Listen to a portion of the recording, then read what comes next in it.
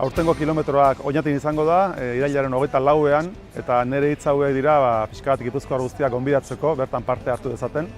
Euskararen eguna handi izaten da urtero Gipuzkoan, baina horrekin batera nik eskatuko nioke jendeari, eta nik ere onartzen dut eta asumitzen dut konpromisoa Euskararen alde egiteko, ez bakarrik festa horretan, baizik egunero. Eta Euskararen alde egiteko erarik hoberena da euskaraz mintzatzea, hitz egitea. Eta euskararen praktika horrek eta erabilera horrek eramango gaitu herri bezala aurrerantz eta baita ere gure hizkuntza.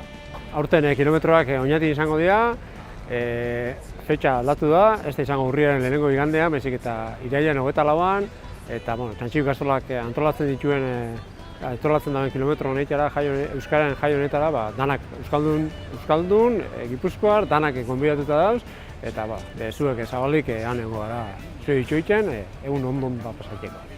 Infinito gantz, ginen beti